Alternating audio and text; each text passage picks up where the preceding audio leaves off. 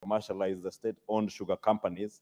All these bills, and Honorable Speaker listed, we may not be able to conclude as at the time the normal sitting hours. That is why we are seeking to extend time until we are done with this business.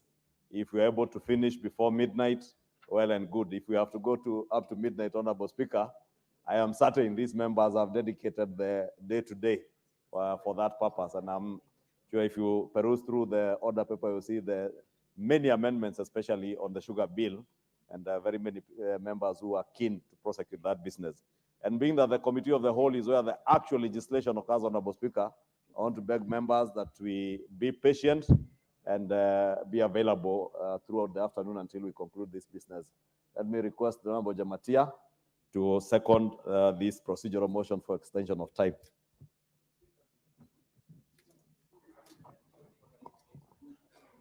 Jamatia. Thank you, Mr. Speaker. I second the motion. Thank you.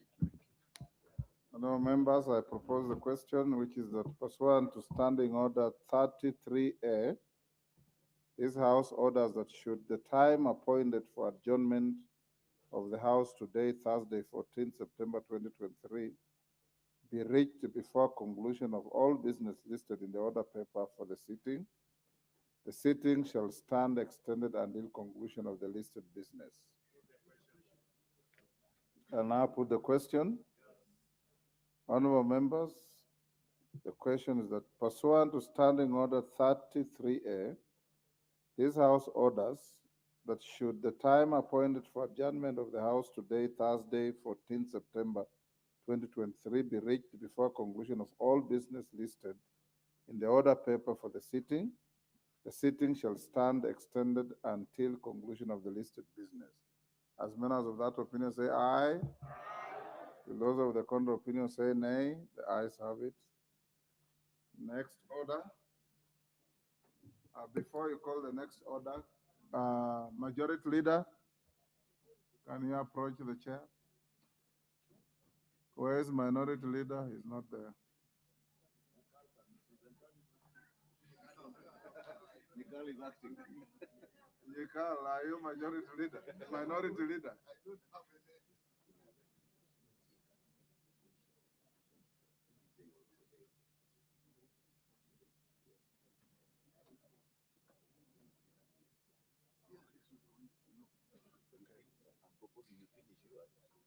You had 6 minutes. Yes.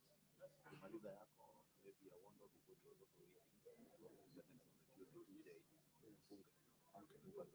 well, finishing mine is something I cannot refuse. So, go ahead. Okay. Okay, honorable members will proceed as follows on this privatization bill. I am advised and I concur that we allow the member for Seme to finish his contribution. I'll thereafter give the member for Funyula a few minutes, and thereafter the member for Kahawa. Is it Kahawa? TJ Kajwang is member for Ruaraka, and thereafter we shall consider closure. Is that yes.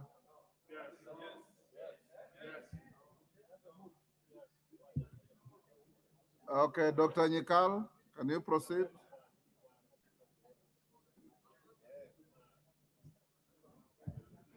Order number 9, the Privatization Bill, National Assembly Bill number 22 of 2023, second reading, resumption of debate.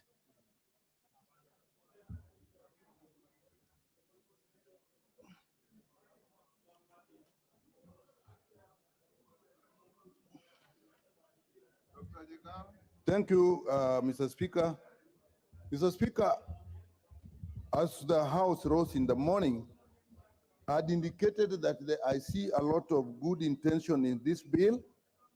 I indicated that it makes for provision of disputes which are likely to arise when you have a privatization process, particularly where government.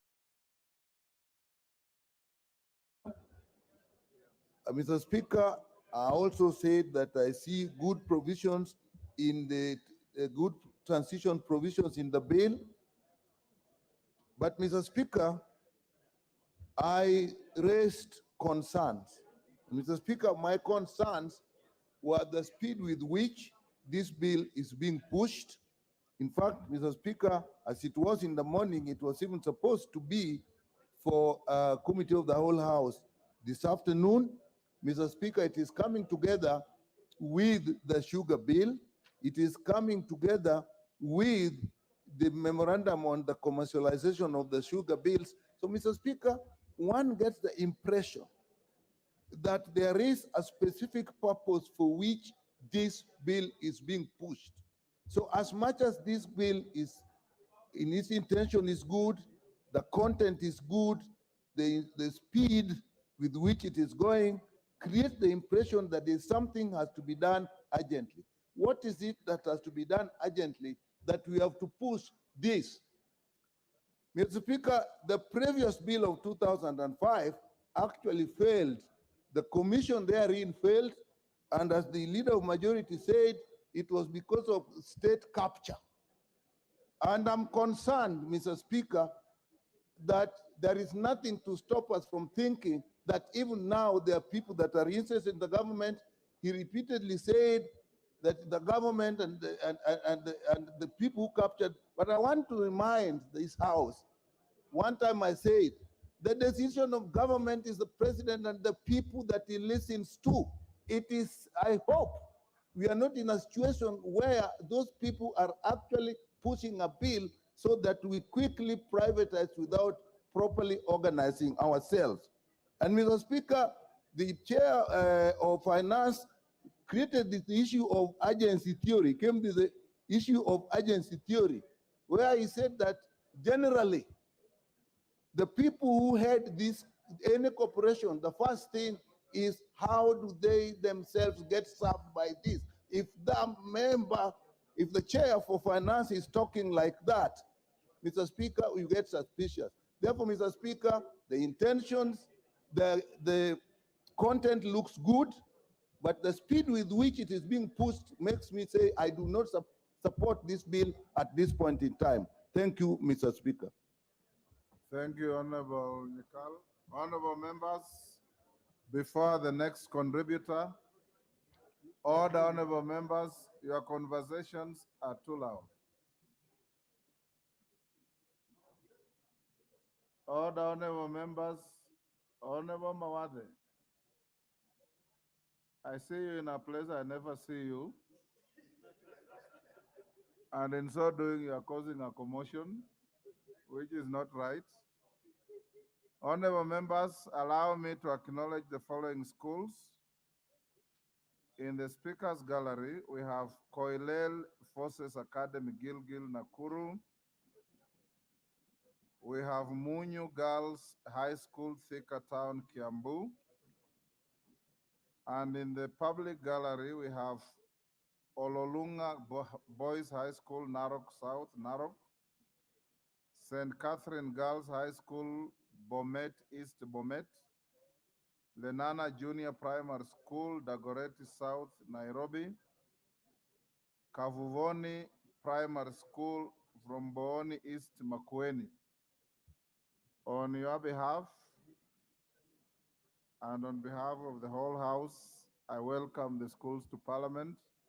I was requested by the honorable member for Gilgil to welcome a school from her constituency, but I'll allow you to extend the welcome to all the schools on behalf of your colleagues.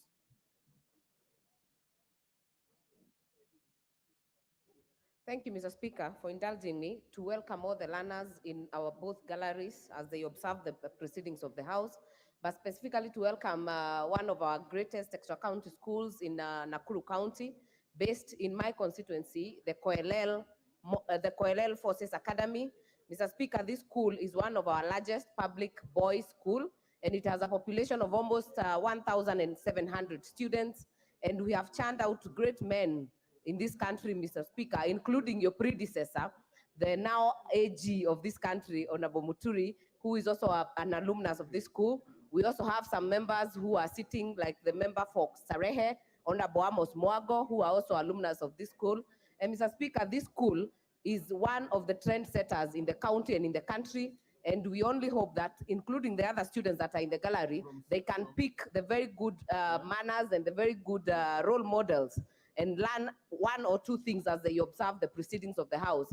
Mr. Speaker, on my own behalf, I also, and on your own, on behalf of the House, Mr. Speaker, I welcome them and hope that they can be seated where we are seated in a few years to come. Thank you, Mr. Speaker, for the indulgence. Thank you, Mother Wangari. For the record, Dr. Nyikal, you cast aspersions on the speed at which this bill has been processed, which aspersion will touch even on the chair. And for the record, this bill was published on 6th June this year. We are in mid-September. I don't think that qualifies to be described as a rush. So you should check your records, because you've said the only reason you are against the bill is because of the rush. There's no rush here. Most bills are processed that way. Oundo?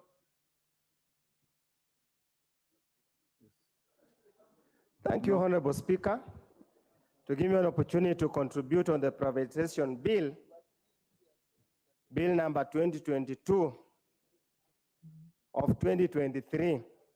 Honorable Speaker, I start by saying the obvious. The business of government is not to do business. The business of government is to create an enabling environment so that those who have got competent capacity can do business.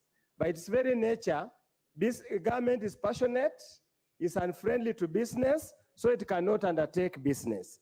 And that's why we must always privatize and get the government out of business and let those people whose motive is profit-making undertake business.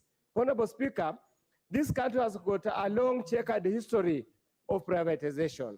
We started during Moi's days. There were success stories. There were failed stories. We went through the previous act. That through the previous act, there's only a few semblance of privatization. Of course, the one that remains the most successful is the one for Safaricom, Telecom, and the rest. Honorable Speaker, many of us hold back with nostalgia the days of Kenya Post and the Communication Authority, hold back nostalgia the days of Kenya Power and Lighting Company Limited, we used to call it then, but we have to accept that the economy has changed, we have to get out. Honorable Speaker, privatization, we are privatizing public assets, and therefore it is important that the general public, the representative of the people, must be involved. Honorable Speaker, going through the act as it is, the bill as it is, it has got good intentions, but there's some missing gaps here, Honorable Speaker. Honorable Speaker, the issue, what do we do with the staff, the beneficiaries, and suppliers of existing corporations that are going to be privatized? The bill is not very clear. Will we just dump them and tell them go and for your own device and go suffer in silence because we are privatizing? That is not very clear, and we'd hope that we would have gotten enough time to craft something that will persuade or save them. Honorable Speaker, curiously, when you go to clause 26.3, it is what it reads: a national government-owned entity is not eligible to participate in a privatization. That particular clause, Honorable Speaker, presents two dilemmas. Number one, yes, privatization means divesting from public to private. So obviously, there's no contemplation of any public entity that can participate. I find that particular statement not very well grounded, but even more telling, the Honorable Speaker, is the issue, what happens to the county government entities? Are they allowed to participate? Because they're not national government-owned entity. That clarity needs to be very clear, otherwise there's going to be abuse. Honorable Speaker, there could be many issues to be dealt with. Honorable Speaker, allow me to delve on one or two things in respect of privatization process. Honorable Speaker, there has always been danger that is the moneyed, that the well-connected, the cartels that exist at the particular moment that end up with most of the chunk of the privatized public entities. We hope the process put here, they will basically use the public offer so that we have as many Kenyans as possible benefit from this process. As I conclude, Honorable Speaker, to transact other business, We do not wish to cast any aspersion on the House leadership and the rest. But Honorable Speaker, the purpose of the second reading is to members to ventilate, the committee that is in charge of the bill to listen to the members, so that when they are going to make amendments at the committee of the whole House, they have the benefit of having listened to members who have contributed. Honorable Speaker, we conclude now. It's next on the House of the whole committee. Essentially, Honorable Speaker, the debate in the second reading is just in vain. It's window dressing, it's just for PR. We need to look at how we conduct business in this House so that the discussions we are going to have here is not just in vain, Honorable Speaker. We understand the genesis, probably the rush to conclude, as Honorable Dr. Nyikala said. But we cannot do that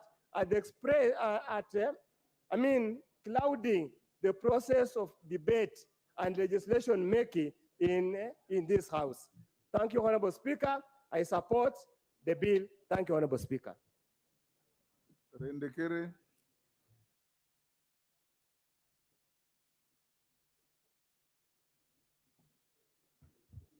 Thank you, Mr. Speaker, for giving this opportunity. First of all, let me tell Mr. Speaker, happy birthday belated. And Mr. Speaker is not listening.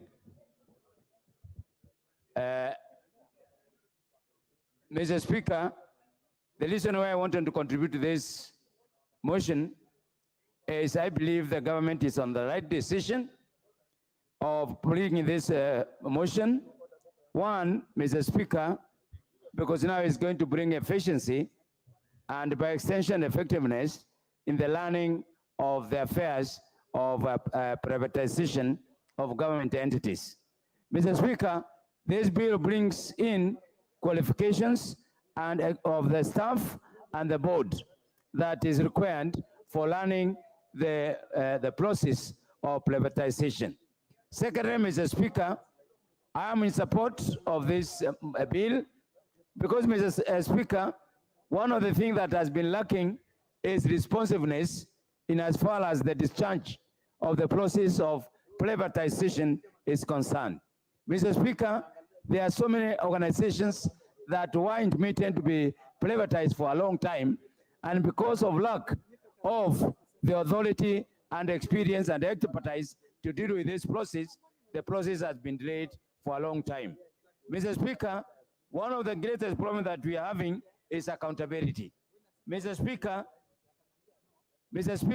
there is the aspect of identifying the values of the assets that need to be disposed of by the government, including the valuation of the state corporations that need to be disposed of. In lieu of having an authority to deal with this process, Mr. Speaker, there was a lack of accountability.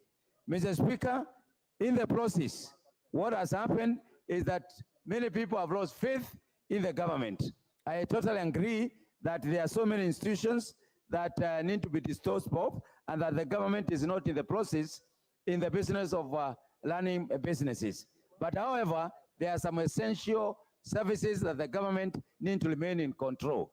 When the government wants to dispose of its shares and its control of some state corporations, it's because they are no longer necessary and they need to be getting laid off because there's a lot of duplication in so many corporations. Mr. Speaker, we have a problem in transparency. There has been a very serious problem when it comes to disposal of private enterprises or entities. Mr. Speaker, this bill has come in good time because it has set the stage for what needs to be done when and how. Mr. Speaker, the issue of public participation, the issue of reporting, the issue of entering into agreement has been lacking in the process in the past.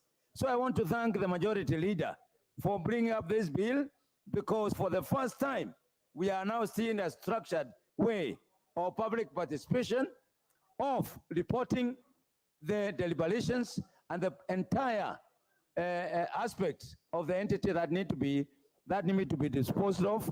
And most importantly, Mr. Speaker, is the agreement.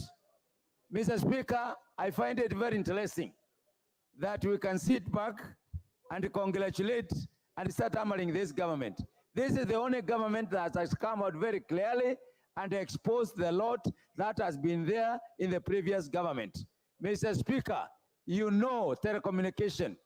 Telecommunication was sold at night, behind bars, by unscrupulous people. So this bill is not going to give opportunity for unscrupulous government officers and the state mechanists, the state capture, to sell institutions of government like what they did to telecoms. So I want to support this bill and see the time has come, and this is the openness of our government, Kenya Kwanza government, to do things overboard. So I want to thank Majority Leader for bringing this bill and say this is the best way of dealing with the government business. Thank you, Mr. Speaker. Honorable members, do we call the mover to reply? There is a member who has asked me to give him 2 minutes called Dr. Mwiti. Dr. Mwiti is there. Go ahead. After you, Majority Leader, be ready to reply.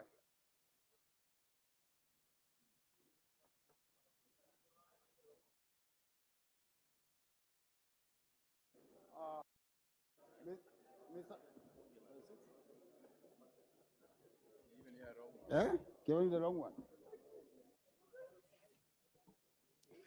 Mr. Speaker, sir, I rise to support a report of the Committee on Privatization of the State-Owned Entities.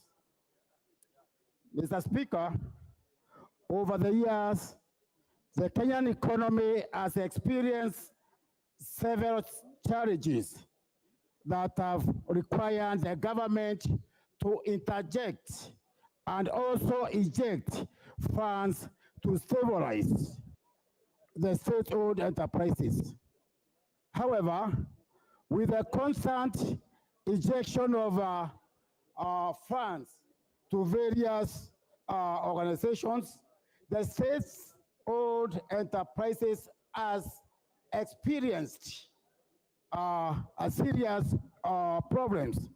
However, regardless the injection of the funds, Mr. Speaker, the constant injection of the funds, no substantial benefits that has been realized over the constant years. Mr. Speaker, we have experienced several challenges. However, we have seen funds injected in organizations such as the Kenya Airways that has constantly been funded, but with very little success. Mr. Speaker, sir, with a struggling economy, privatization of these state-owned companies will efficiently ensure the government raises revenue that can be injected and also to improve the well-doing state-owned entities. Mr. Speaker, sir, currently the revenue generated by the current organizations that are not performing, it's not very good.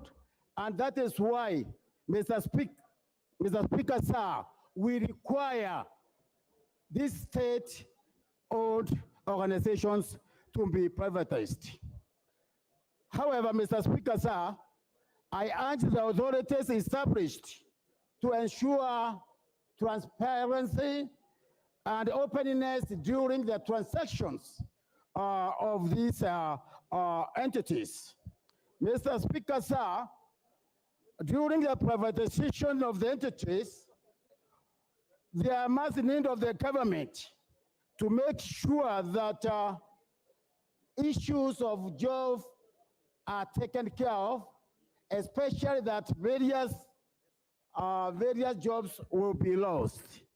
Mr. Speaker, sir, the government should have mechanism in selecting entities of privatization. Profit-making organizations, Mr. Speaker, sir, such as the Kenyan and the Postal Authority, Mr. Speaker, sir, should be maintained. Mr. Speaker, sir, privatization of these entities that are not performing is long overdue.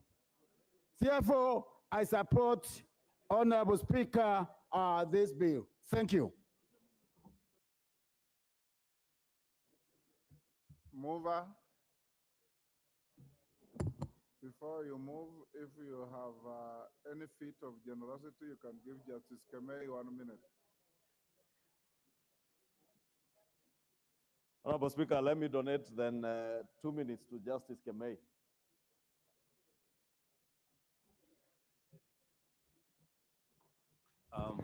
Thank you very much, Mr. Speaker, for the 1 minute I've been given to support this privatization bill.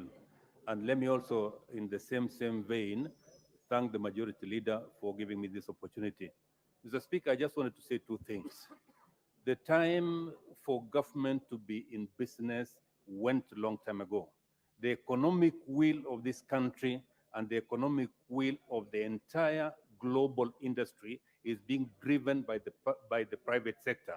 So we need to privatize all public enterprises, Mr. Speaker, so that in any case, they've achieved the social purposes for which they were established.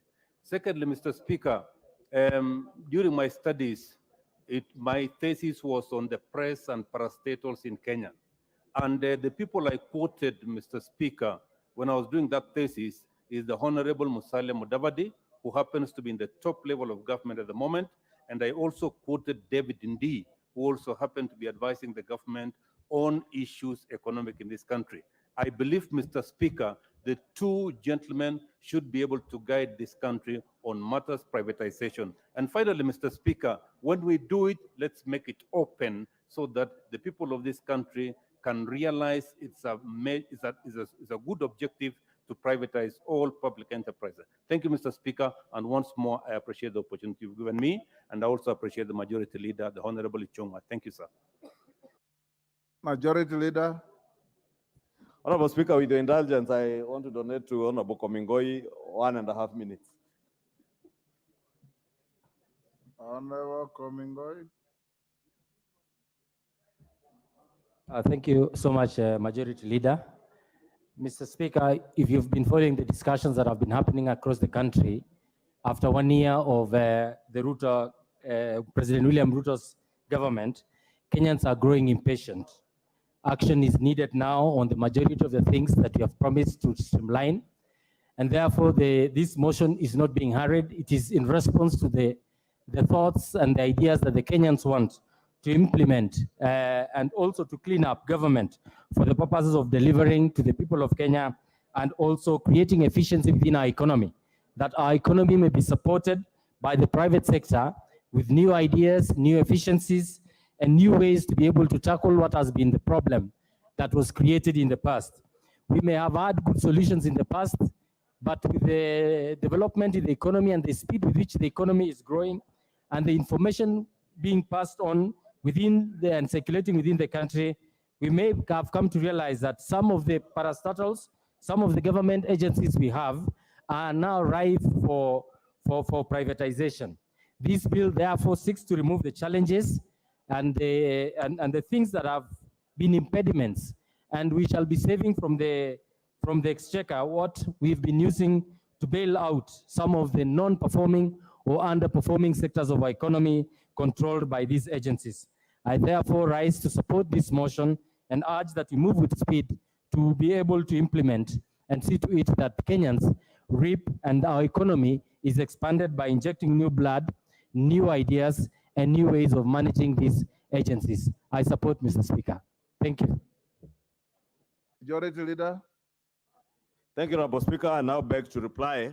Honorable Speaker, let me first thank all the members who contributed in the morning session and those like Honorable Nyikal who have contributed and the others this afternoon. And Honorable Speaker, you will note that all the members who have contributed to this bill were in support, save for the few reservations on the speed from the Honorable Nyikal. All other members actually had no reservations on this bill, which is indeed commendable and is an indication that they do appreciate the need to have a new legal framework on privatization of our state-owned entities. And just to give the Honorable Nyikal comfort that there is really no rush for doing anything mischievous. The rush is on a rush to deliver and ensure that we realize value at the right time on our state-owned entities that we may need to privatize. And is indeed contradictory because the Honorable Nyikal is among those who have been pushing the government to deliver everything that we promised to deliver within the first 1 year. Now I'm shocked that when we are struggling to ensure that we delivered even on the sugar companies that we want to privatize, he now has a problem that we are moving fast. But we must move fast, the Honorable Nyikal and others, for us to be able to realize value out of these state-owned entities and to be able to deliver. We have a 5-year mandate to deliver to the people of Kenya, just like as members of parliament, we have a 5-year mandate. But 1 year is gone, therefore there must be a rush to be able to ensure that we deliver on everything that we did promise the people of Kenya. And with that, Honorable Speaker, I beg to reply and invite members to join us during Committee of the Whole shortly. Thank you, Honorable Speaker. I reply.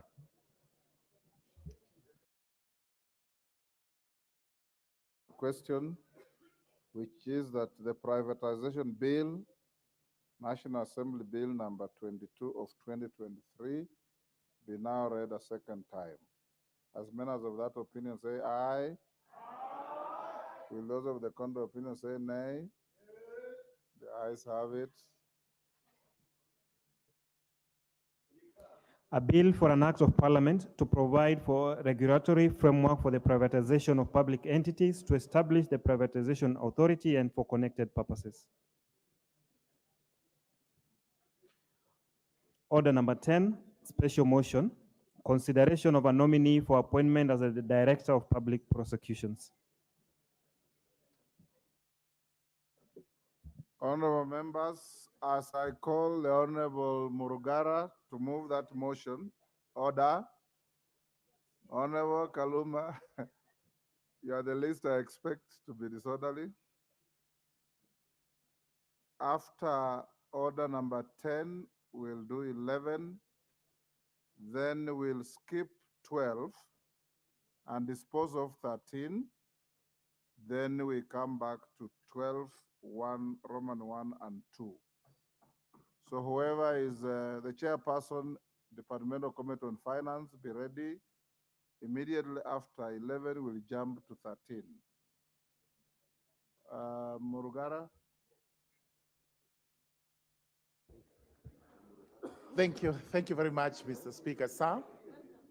So, Speaker, I beg to move that this House adopts the report of the Departmental Committee on Justice and Legal Affairs on the approval hearing of Mr. Renson Mulele Ingonga, OGW, nominee for approval for appointment as the Director of Public Prosecutions.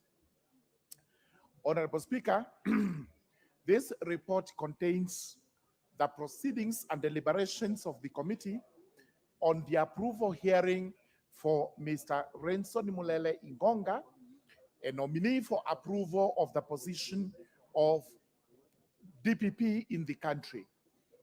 The nomination was forwarded to the House by His Excellency the President via the communication dated 17th August 2023. Honorable Speaker, we thereafter conducted the approval hearings, and I wish to inform the House that going by the membership of those present, the members of the Justice and Legal Affairs Committee, this was more of a peer review, as Mr. Igonga is actually an experienced advocate who has worked in many sectors of the country, including the Lands Office and the Office of the DPP. Present at the nomination And apart from me and my vice chair, Mr. Ekomas Mwengi Mutuse, we had assistant lawyer, Honorable Farah Malim. We then had another long-serving advocate of the country, the Honorable Francis Joseph Kajwang, member for Ruaraka. The others included our chief whip, Osoro Sylvanus Onyego.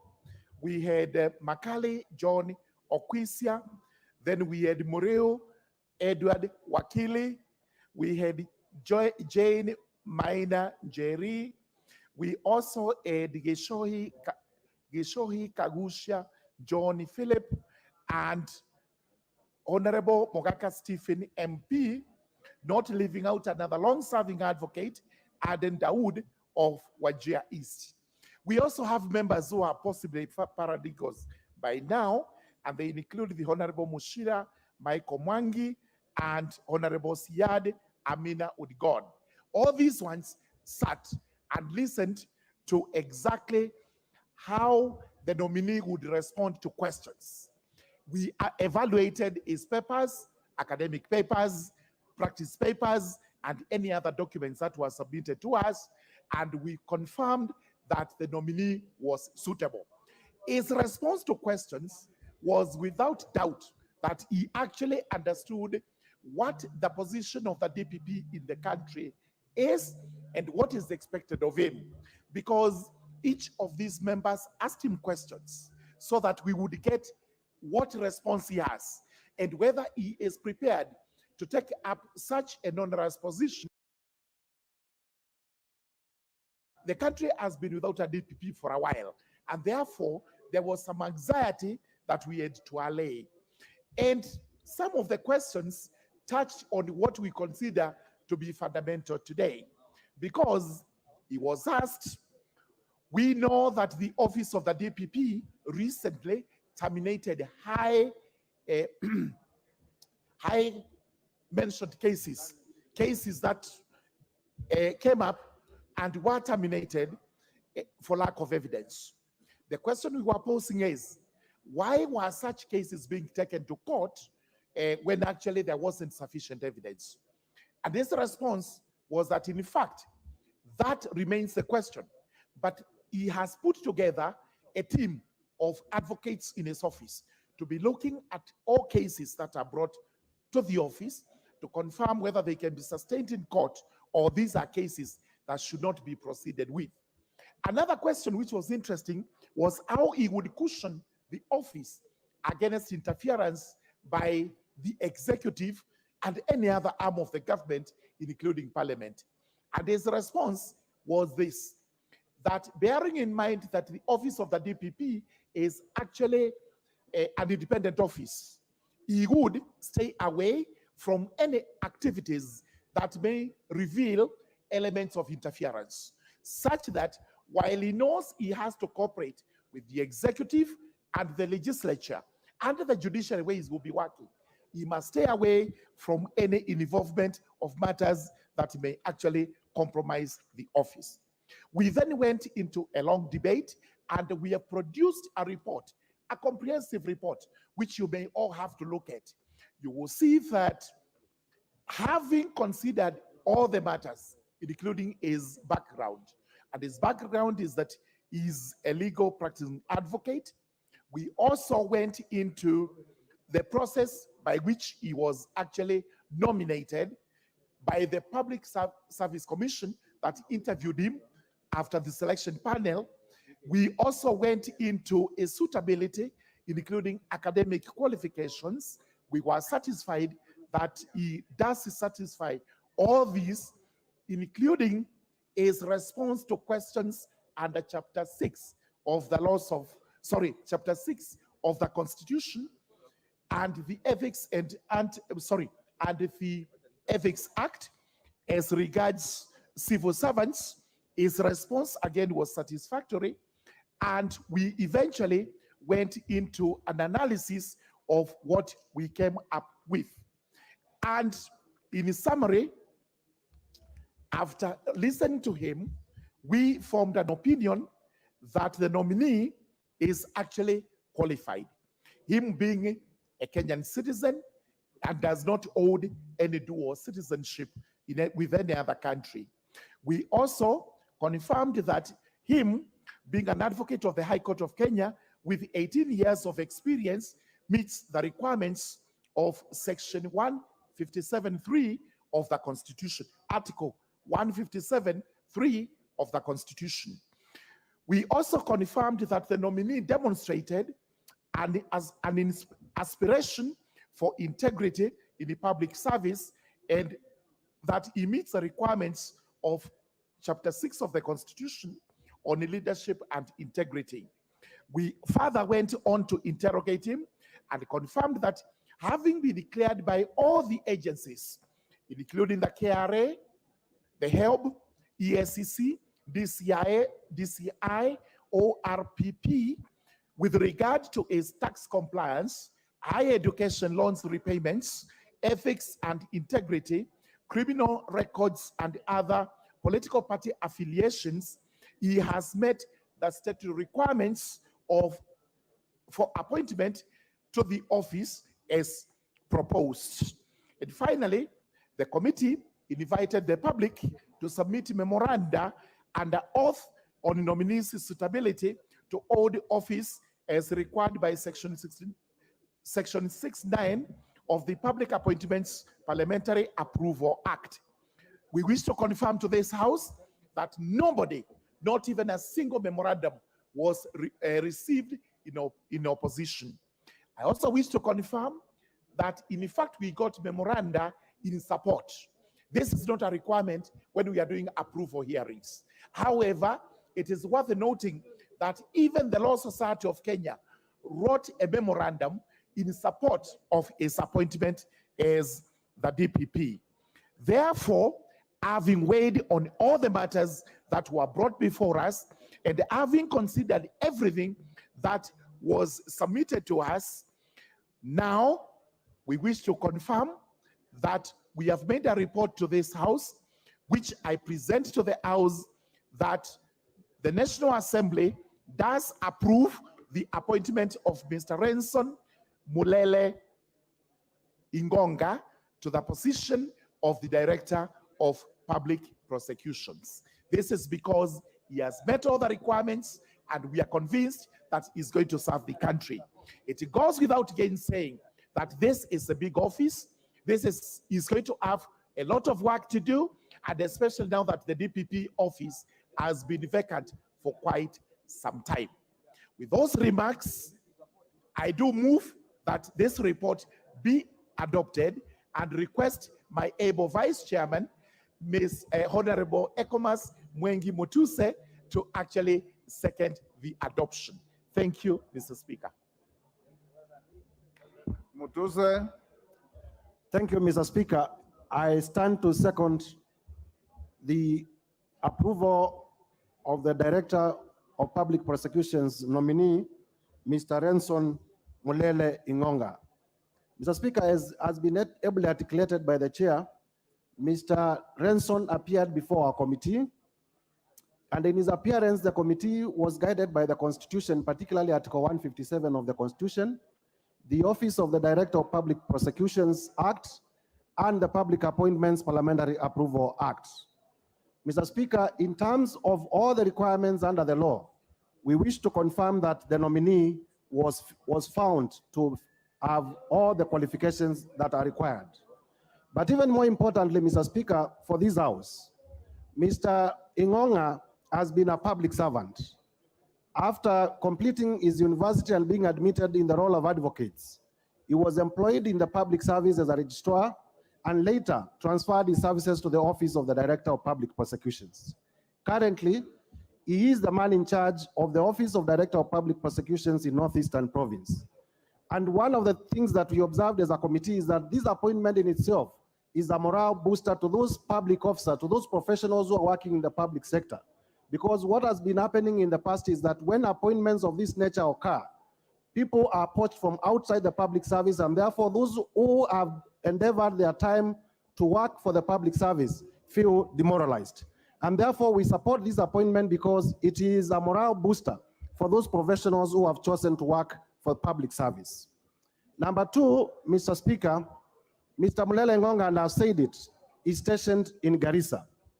In many, many instances, public officers have felt that the Northeastern province is an insecure zone. And for him to have been stationed there for such a long time, working for the citizens of this country, is in itself an act of patriotism. And therefore, for that particular purpose, we wish that this House approves his appointment. Number three, Mr. Speaker, as has been ably stated by the chair, there is dilemma currently because we do not have a substantive DPP. You know that the DPP is the apex of our criminal justice system. We have seen even petitions in court where prosecutions that have been approved by officers within the office of the DPP are being challenged because some people feel that prosecutions must be approved by the substantive DPP. And therefore, to close that gap, we urge that this House approves Renson Mulele Ngonga to be our next DPP to take over from where Mr. Nuruddin Aj left and to further the war on corruption, just like we have been debating the Privatization Act. And for that reason, Mr. Speaker, I support and I second. Thank you. Thank you, Honorable Mutuse. Order, honorable members. Order, Makali. Honorable members, I now propose the question, which is that taking into consideration the findings of the Departmental Committee on Justice and Legal Affairs in its report on the vetting of a nominee for approval as the Director of Public Prosecutions, laid on the table of the House on Thursday, 14 September 2023, and pursuant to Article 157(2) of the Constitution and Section 8(1) of the Public Appointments Parliamentary Approval Act 2011, this House approves the appointment of Mr. Renson Mulele Ngonga, OGW, as the Director of Public Prosecutions.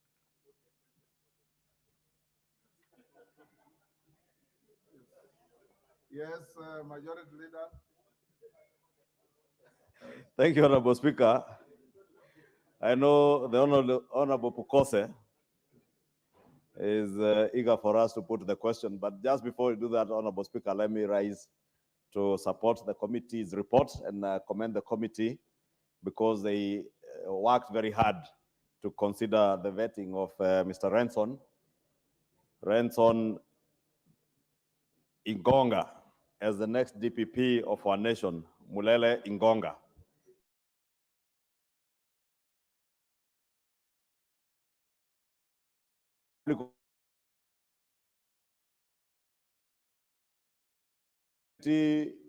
Is verified by the members of the committees that vet them. Honorable Speaker, they walk into these public offices with their heads high. But what happens when they're in office, Honorable Speaker, is a story for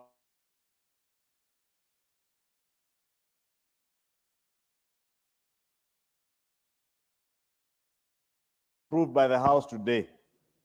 Walks into office with his integrity being beyond reproach. And I want to ask him to ensure that his integrity remains that way, even for the time he will serve as our DPP. Honorable Speaker, we must also caution the next DPP to be cautious of those others that may want to influence his office to settle scores with other Kenyans. Honorable Speaker, in the last regime, we saw particularly the office of the DCI trying to micromanage the office of the Director of Public Prosecutions.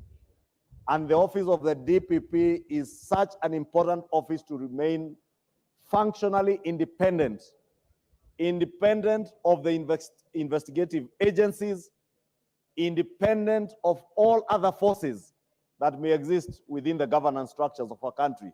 I therefore want to encourage Mr. Renson to ensure that that functional independence of the office of the DPP remains so that when people are prosecuted in this country, you are prosecuted purely on the basis of evidence that will be adduced against you in court, not on the whims of officers who are investigating you.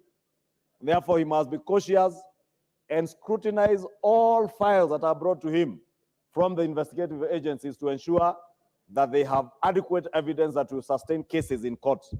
And Honorable Speaker, in conclusion, let me ask the incoming DPP, if approved by this House this afternoon, to work not to secure convictions, but to work to secure and guarantee justice to the people of Kenya, so that every Kenyan who is prosecuted before our courts, be it for criminal or civil cases, Honorable Speaker, if convicted, they will also feel that indeed justice has been served, because they will know they were guilty and they were convicted out of their guilt.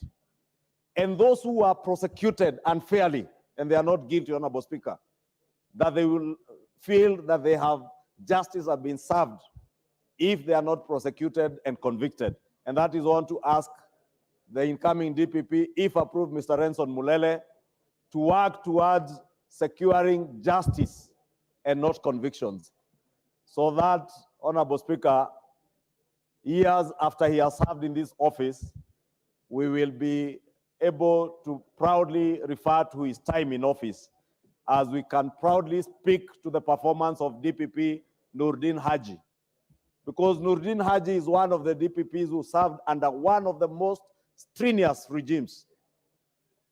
DPP Haji served under a regime that wanted to use his office to prosecute political cases, and he was firm. He ensured that justice is served, and he ensured the functional integrity and independence of the office of the DPP. And therefore, Renson has shoes to fit into of DPP Nurdin Haji. And Honorable Speaker, he must also work as Nurdin Haji worked, to ensure, as much as we had a rogue DCI then, DCI Amin is not like DCI, former DCI Kinoti. And therefore, I do expect that the DPP, the incoming DPP, will work with the current office bearers at EACC and DCI to ensure that indeed they serve justice to Kenyans that will be prosecuted through the office of the DPP. And with those many remarks, Honorable Speaker, I beg to support and congratulate Mr. Renson Mulele, should he be approved, and do hope and urge members to approve this gentleman who, following the vetting, at least the committee has said in their report that his integrity is beyond reproach. He's a professional advocate of high standing and a man who we want to believe will serve our country with integrity and deliver justice to Kenyans. Honorable Speaker, I beg to support. Farah Maalim. Honorable Speaker, I also rise to support this motion. Honorable Speaker, I happen to be a member of the JLAC, and along with my other members of the committee, we went to lengths to establish that Mr. Renson fits the job. And I can tell you, his integrity, to the best of our own judgment, is beyond reproach. I rise not only to support him for this position, but I also rise to urge this parliament, this house. We will, through the JLAC, which I'm a member of, privileged to be a member of, to try and find out what kind of legislative regimes that the DPP would require to make it easier for him to deal with some of the rampant issues we have in this country.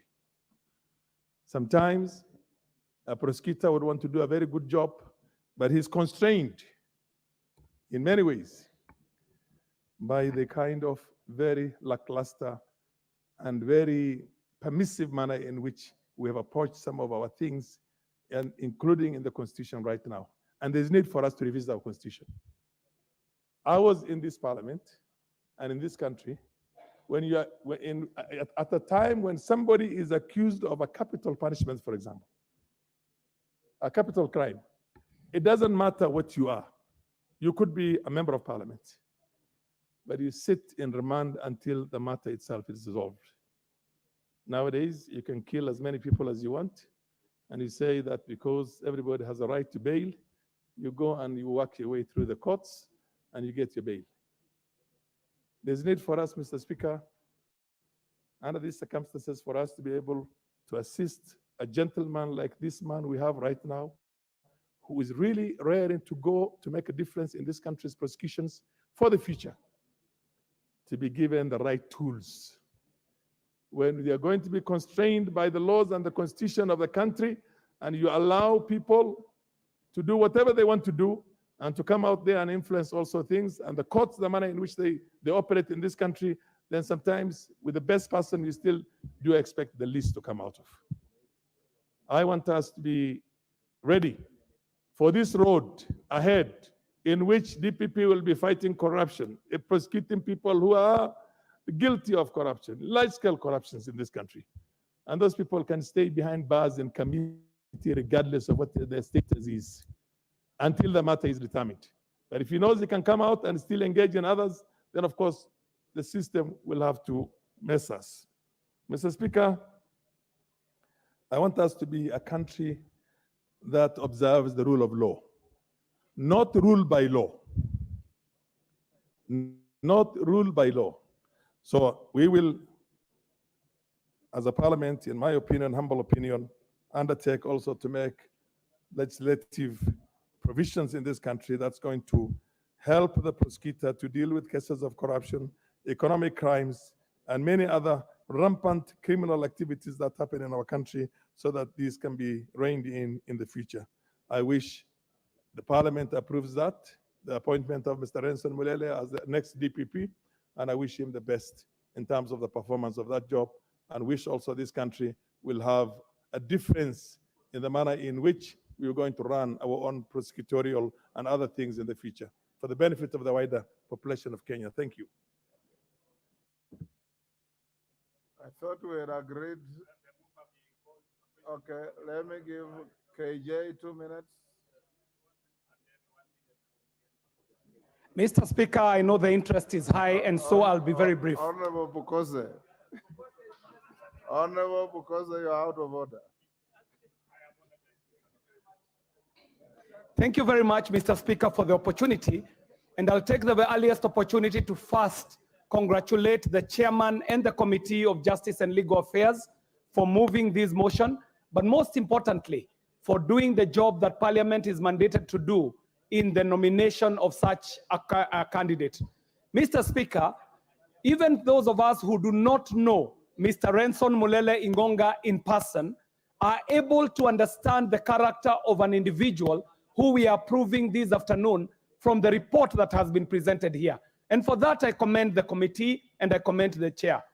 Mr. Speaker, the work that Mr. Renson is coming into is an office that is of great public interest, especially at a time such as this. He is succeeding an individual who has performed extraordinarily well. Former DPP Nurdin Haji had a very illustrious time in this office, at a very difficult time, Mr. Speaker. At a time when the criminal justice system was being politicized, Mr. Speaker, he stood his ground. He held his head high and worked out of integrity, Mr. Speaker. These are the shoes that Mr. Renson has to fill, Mr. Speaker. Beyond that, Mr. Speaker, because I would not want to take much more time, I'd like to say to Mr. Renson Mulele Ingonga that the criminal space in Kenya and internationally has really evolved, Mr. Speaker. The criminals are becoming more innovative. The criminals are using newer tools. The criminals are using new technology. So even as he goes into the office of the Director of Public Prosecutions, Mr. Renson will have to keep up with the times. They will have to be a bit more innovative in how they prosecute the people.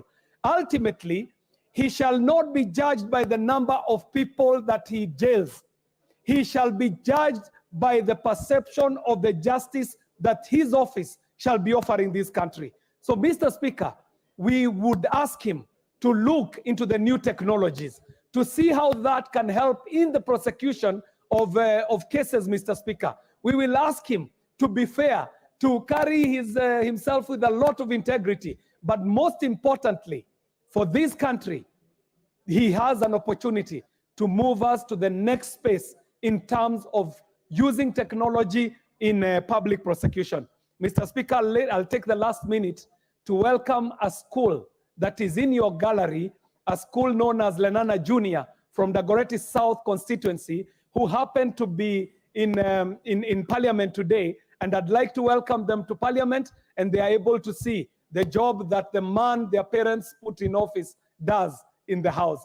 Mr. Speaker, I take this opportunity to welcome the learners from Lenana Junior School in the Dagoretti South constituency. Thank you very much. Johanna, 2 minutes. Asante Bwana Spika, yangu tu ni kusema ya kwamba hii ofisi yenye Bwana Mulele anaenda kupewa, Bwana Spika, ni ofisi yenye iko na jukumu mingi sana, na kama venye wenzangu wamesema, Bwana Spika, ni ya kwamba makesi nchi hii, shida mingi katika nchi yetu ya Kenya ni makesi ambayo imekaa kotini kwa miaka mingi sana bila kusuluhishwa, bila kumalizwa, aidha kwa sababu DPP hajajipea ile nafasi ya kumaliza. Lakini zaidi, Bwana Spika, kitu yenye mimi mwenyewe ningependa kusihi huyu Mulele ni kwamba akipata hiyo nafasi, Bwana Spika, ahakikishe kwamba kama kesi ya mtu inafanyika, ifanyike kulingana na yale makosa ambayo mtu amefanya. Isikuwe ni ofisi yenye wanasiasa wanaitumia. Isikuwe ni ofisi yenye state pia inaweza kuitumia kuangamiza watu ambao hawana makosa. Bwana Spika, watu wengi Kenya hii saa hii wako na makesi kotini bila sababu, yenye ikifunguliwa, ukiona venye imefunguliwa mashtaka, Bwana Spika, hizo makeses haistahili kuwa kwa hizo makotini, ingekuwa imemalizwa. Kwa hivyo nasihi Bwana Mulele akipata hiyo nafasi ahakikishe kwamba hizo makesi yenye haina umuhimu yoyote aimalize, aikamilishe, ndio nchi yetu iendelee vizuri. Asante Bwana Spika. Last, before we call the mover, David Ocheng. Thank you so much, Mr. Speaker. I want to support the nomination of Mr. Renson Mulele Igonga as our next DPP, Mr. Speaker. Mr. Speaker, in the country today, you would think that crime pays. Because, Mr. Speaker, we've got a level where anything goes in our criminal justice system, Mr. Speaker. Our criminal justice system has so many leaks, so many cracks. You can never know, even where the facts are very clear of a case, you can never know how a case will go.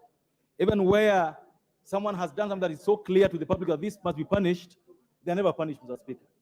And so I want to ask Mr. Renson Mulele that when confirmed, his job is not only to fight corruption, no. For corruption, you have the EACC. His job is to ensure that the criminal justice system of the country works for everyone equally, works for everyone fairly. Mr. Speaker, in the villages where we come from, Mr. Speaker, the prosecutors and the investigators in the villages, they always colluding criminals, and you don't get anything happening down there, Mr. Speaker. A case can be so clear, but tomorrow you are told that the investigator has been given money to mess up the case. If not, that's not the case. The prosecutor has been given money to mess up a case, Mr. Speaker. So that at the end of the day, what gets to the courts, Mr. Speaker, is not what would get a conviction, Mr. Speaker. A prosecutor who cannot get a conviction, Mr. Speaker, will not deter crime. A prosecutor who cannot ensure that people who mess up with our laws are not punished will not deter crime, Mr. Speaker. And so we want to ask Mr. Renson Mulele that just like the person you are to succeed today, ensure that you have ready to the law, trust the law only, don't look the other side and say, who is telling me what? The moment you start listening to other quarters, you will not be independent, you will not protect this country from eroding criminal justice. Mr. Speaker, I support this and wish Mr. Renson Mulele the best in his new appointment. Thank you. Beatrice Elachi. Thank you, Mr. Speaker. I also rise to congratulate Mr. Mulele, Mr. Speaker, but to also just inform him that now you enter into an institution that you have to be very clear on how you want to take the country. Mr. Speaker, you remember this is an institution that has been used so badly. that every person will be used with the EACC and be taken to the DPP, and you find yourself either with a case or no case. And that we are saying it is for him now to streamline and to look at all the prosecutors that have been there. And if possible, to ensure now you start a new slate by sending some of the prosecutors who have been so much in Nairobi, Mr. Speaker, outside Nairobi also. But the other thing, Mr. Speaker, is to look at the different cases, especially cases of young people, where you have the youths who have so many cases that are just lying in courts, and you find that the DPP will never find the prosecutor, sorry, Mr. Speaker, will be in court and he's unable to get even witnesses, he's unable to even follow through the case. The case has no any substantive measure to move on, and therefore they levy into all these remands that we have, Mr. Speaker, and you wonder when will their cases end. So I'm hoping as he comes in also, he has to look at cases that can be ended, case to end, and also the cases that don't have any substantive issue to be, and young people also to be released now from these cases, Mr. Speaker. Lastly, Mr. Speaker, there's also another issue that is very interesting, that today you find that there's a case in court, and it is the prosecutor who will be asking now the parents, especially issues of land. And we are hoping now we can end these issues of land, and especially issues of widows who are now wondering what to do next with their cases in court. With those few remarks, I wish him well, and I hope you'll cooperate with other institutions to see that Kenya, within the justice system, is working and working better. Thank you, Mr. Speaker. Yeah, Songoli, if you can be brief. Yeah, Mr. Speaker, I will be very brief. I don't know the nominee personally, but the description given by the mover creates an impression of a person who is qualified to get this job. Therefore, I don't oppose. But Mr. Speaker, just 2 points. The first one is that when the policemen were prosecutors, you could go to court and find that the prosecutor is the first person to be there. Today, and I say this as a practicing advocate, you go to court, the magistrate is waiting for the prosecutor to arrive. That is because most of these people consider themselves so qualified that the magistrate has even to wait for them. I hope Mr. Renson will take note of this and make sure that at least he instills punctuality for the prosecutors, so that advocates and other and litigants do not go to court and wait for them. The second point is that Mr. Renson should realize that as a prosecutor, it is his responsibility to collect the evidence and table the evidence before the court. It is unfair sometimes when I hear many people blaming the court and saying they have released a criminal. The fodder for prosecuting, the fodder for convicting a person must be provided by the prosecutor. If the prosecutor decides to withhold evidence, that person will have to go home, because our criminal justice system depends on nothing other than evidence. So he has his job cut, and I support.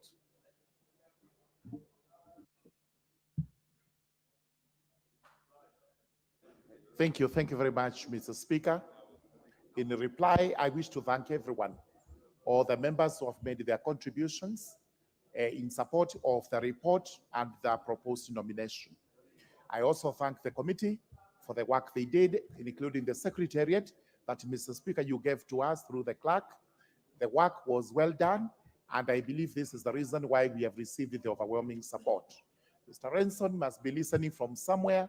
He has had and received all the accolades. But I must also inform him that most of us here are potential candidates to visit him in different ways of a cup of tea, but most likely as suspects to be tried for possibly many serious offenses. Please do not listen to what they have said. Just do your work without considering who is who, and ensure that the law is actually followed to the letter, even for some of us. With those remarks, I move to reply. Thank you, Murugara. Honorable members, I now put the question. Order. Order, Bowen. I now put the question, which is that taking into consideration the findings of the Departmental Committee on Justice and Legal Affairs in its report on the vetting of a nominee for approval as the Director of Public Prosecutions, laid on the table of the House on Thursday, 14th September 2023, and pursuant to Article 157(2) of the Constitution and Section 8(1) of the Public Appointments Parliamentary Approval Act 2011, this House approves the appointment of Mr. Ruben Mulele Ingonga, Renson Mulele Ingonga, OGW, as the Director of Public Prosecutions. As members of that opinion say aye. Those of the contrary opinion say nay. The ayes have it. Next, order 11. Order number 11, special motion, consideration of nominees for appointment to the National Government Constituencies Development Fund Board. Musa Sirma, you can also prosecute as efficiently as Murugara. We will make good progress. Thank you, Mr. Speaker. I beg to move that. Order, Musa Sirma. Musa, indulge me for a minute. Yes. Take your seat. Allow me to acknowledge in the public gallery Gasheraka Secondary School from Tharaka Nithi. On behalf of myself and the House, we welcome the students and their teachers to the House of Parliament. Musa Sirma, proceed. Give him the mic. Thank you. Mr. Speaker, I beg to move that taking into consideration the findings of the Select Committee of the National Government Constituency Development Fund and its report on the vetting of nominees for appointment as members of the National Government Constituency Development Fund Board, laid on the table of this House on the 14th of September 2023 and pursuant to Section 15(1)(e) of the National Government Constituency Development Fund Act 2015 and Section 8(1) of the Public Appointments Parliamentary Approval Act 2011, this House approves the appointment of the following persons as members of the National Constituency Development Fund. 1. Honorable Olago Oluoch, CBS. Honorable Janet Teya. Senator Matsitsa Naomi Shionga.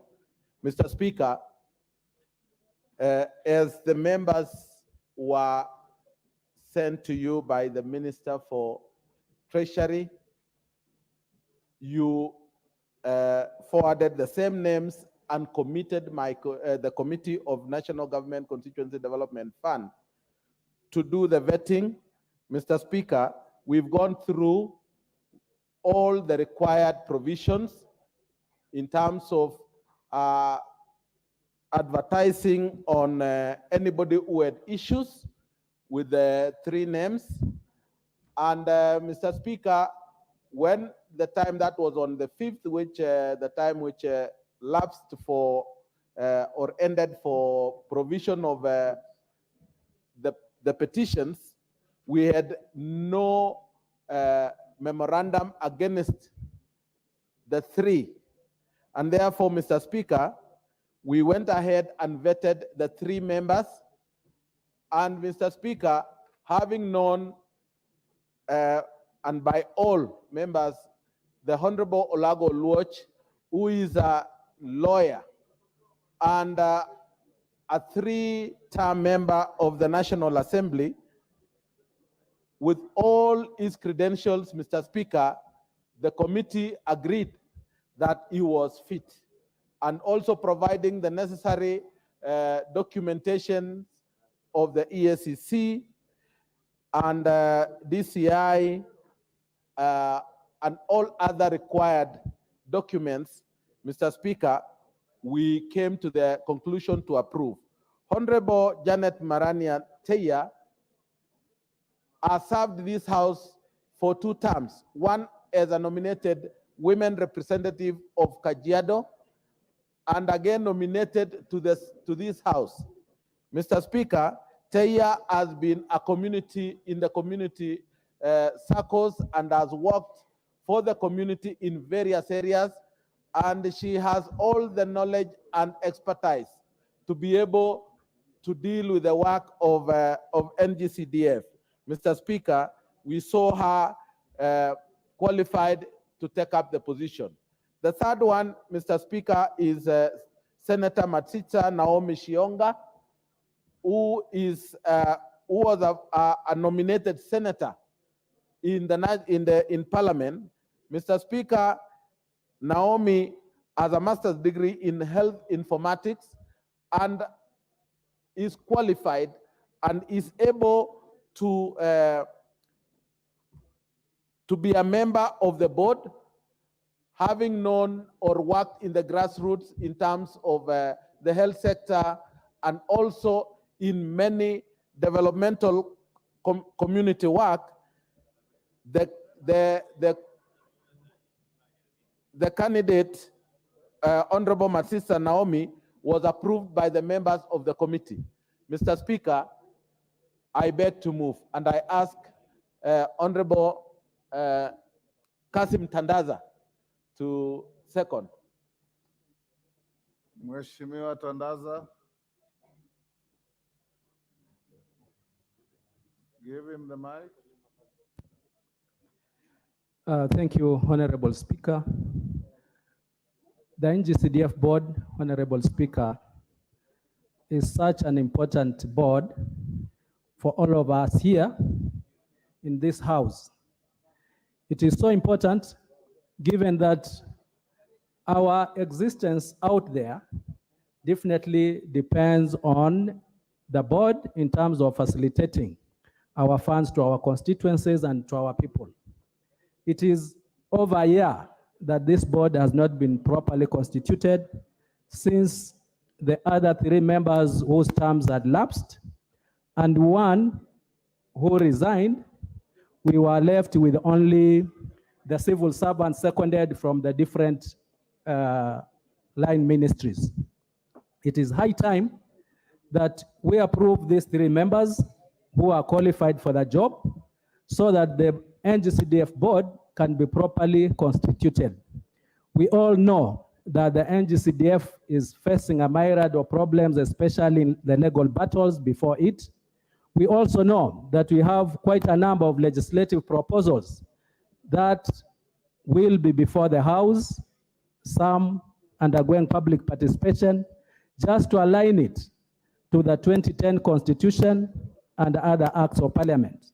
It is through this board that we hope we shall be able to achieve all this so that we can have NGCDF functioning for eternity. For those few remarks, Honorable Speaker, I support. You second? Or you I support? second. I second. Thank you, Honorable Tandaza. Honorable members, I now propose the question, which is that taking into consideration the findings of the Select Committee on the National Government Constituencies Development Fund in its report on the vetting of nominees for appointment as members of the National Government Constituencies Development Fund Board, laid on the table of the House on Thursday, 14 September 2023, and pursuant to Section 15(1)(e) of the National Government Constituencies Development Fund Act 2015 and Section 8(1) of the Public Appointments Parliamentary Approval Act 2011, this House approves the appointment of the following persons as members of the National Government Constituencies Development Fund Board. 1. Honorable Olago Alwoch, CBS. 2. Honorable Janet Teya. And 3. Ms. Matsitsa Naomi Shionga. About the question?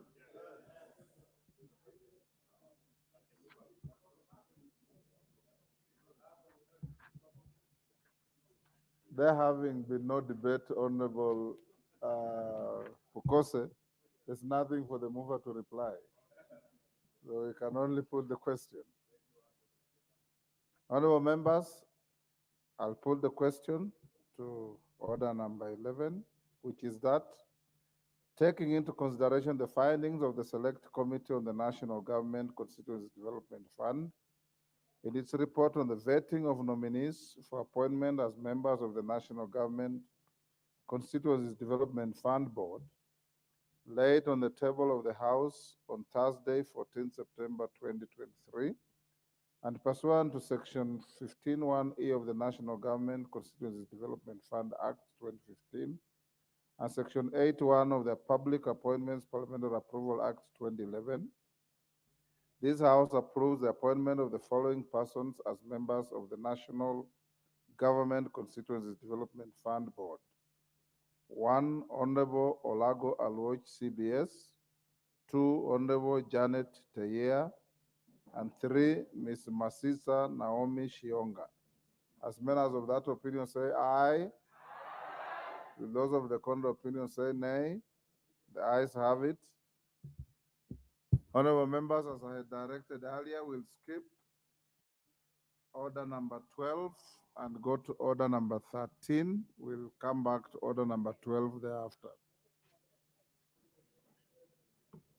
Order number 13, motion, consideration of the memorandum by the National Treasury and Economic Planning on action plans to revive and commercialize state-owned sugar companies. Thank you, Honorable Speaker. Mr. Speaker, I beg to move that this House adopts the report of the Joint Committee of Finance and National Planning and that of Agriculture and Livestock on Treasury Memorandum on action plans to revive and commercialize state-owned sugar companies. Mr. Speaker, the leader of the majority party, the Honorable Kimani Ichung'wah, tabled the Treasury Memorandum on action plans to revive and commercialize state-owned sugar companies on the 22nd of August 2023.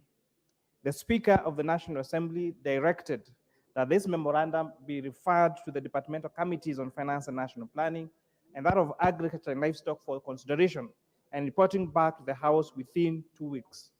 Honorable Speaker, the National Assembly is requested to consider and approve, as per the Treasury memo, 1, right of loans owed to the public sugar companies, to GOK and Kenya Sugar Board or Commodity Fund, amounting to Kenya shilling 65,778,448,646 as at 30th of June 2023, and any other accrued interest as at the date of approval.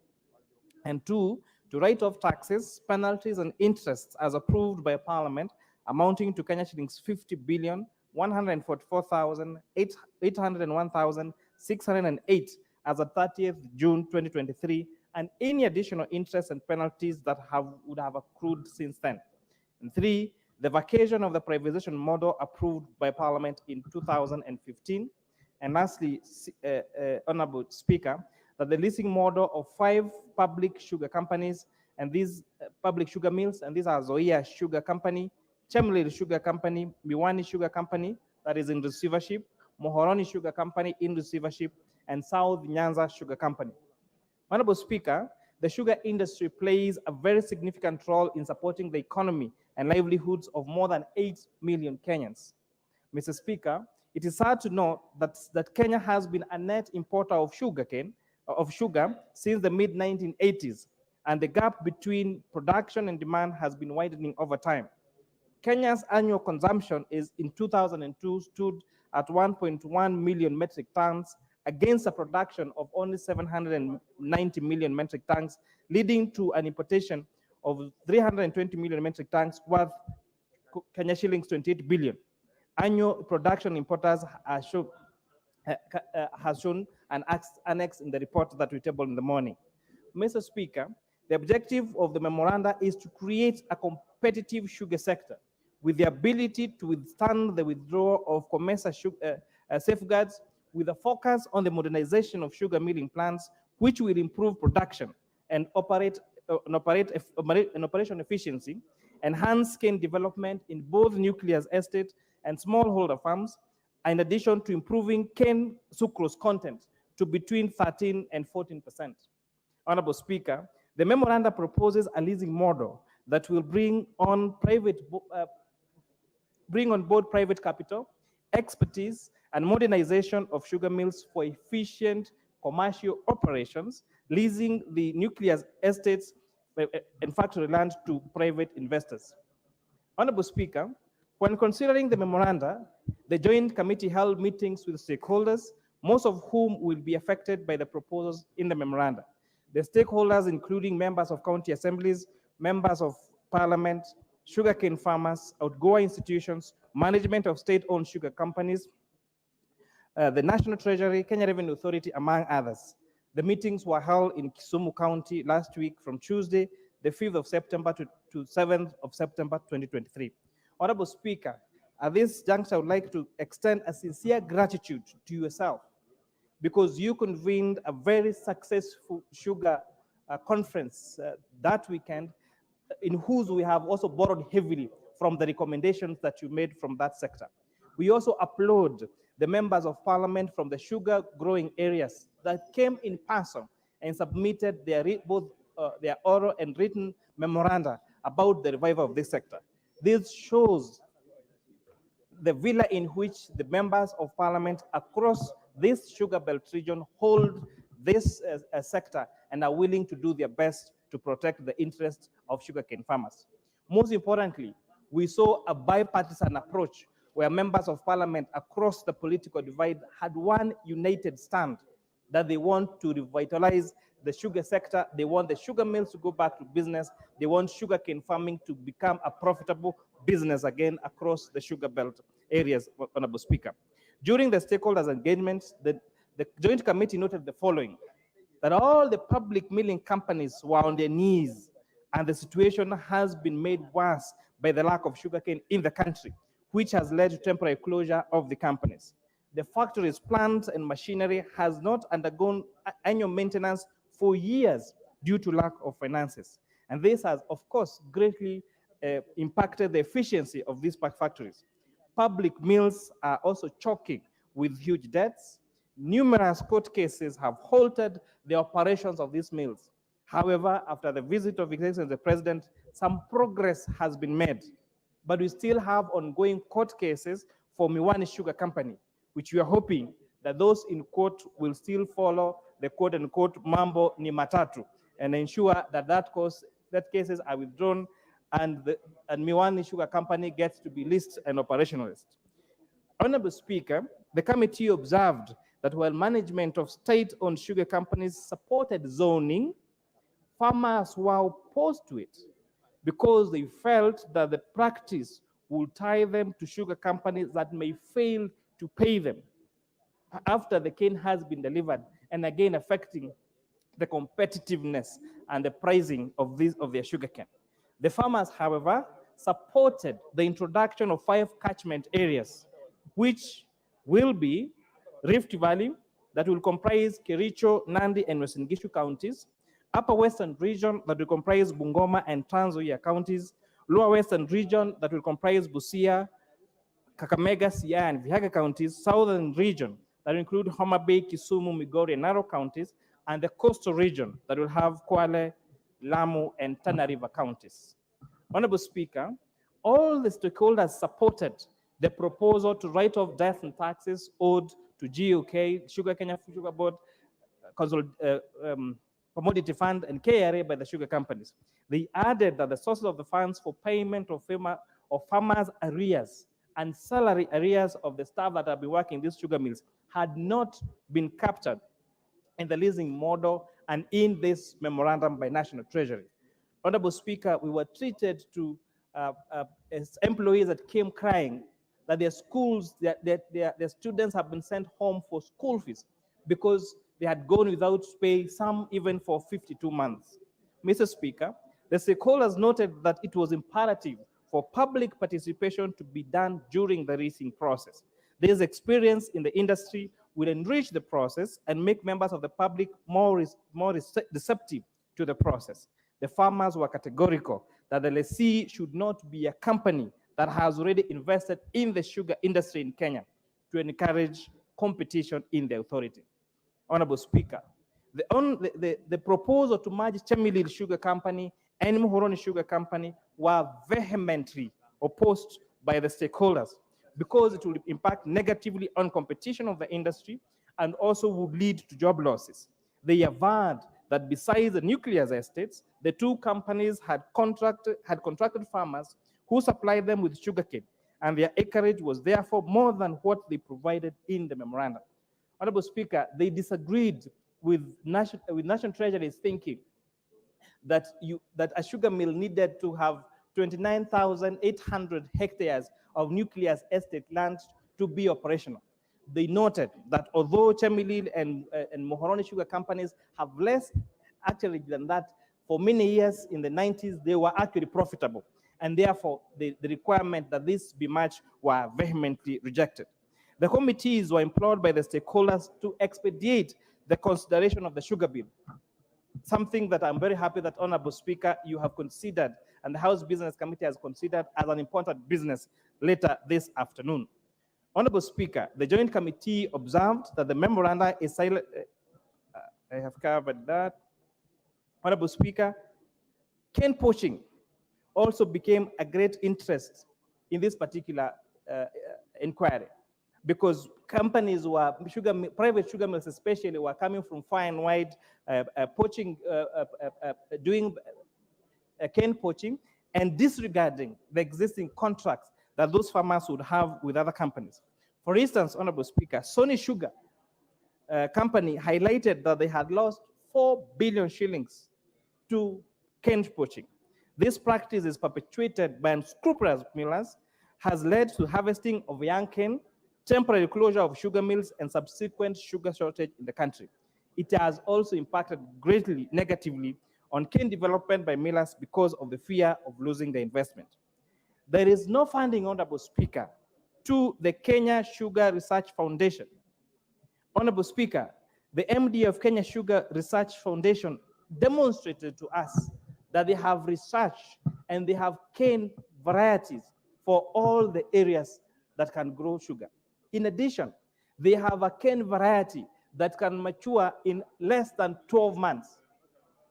But the sugar mills around these areas keep giving these cane farmers cane seeds that take 24 months, 36 months, and there is no way any subsistent sugarcane farmer would wait for a whole 24 months for the cane to mature before they get the return on the investment. And therefore, Honorable Speaker, one of the recommendations you're making is more budgetary allocation to Kenya Sugar Research Foundation so that they can continue to develop cane that has less maturity period and for the uptake of this by the farmers. All the 5 public sugar mills, Honorable Speaker, are faced with these financial difficulties, and of course, in the absence of a good legislative, regulatory environment, their operations have greatly been hindered.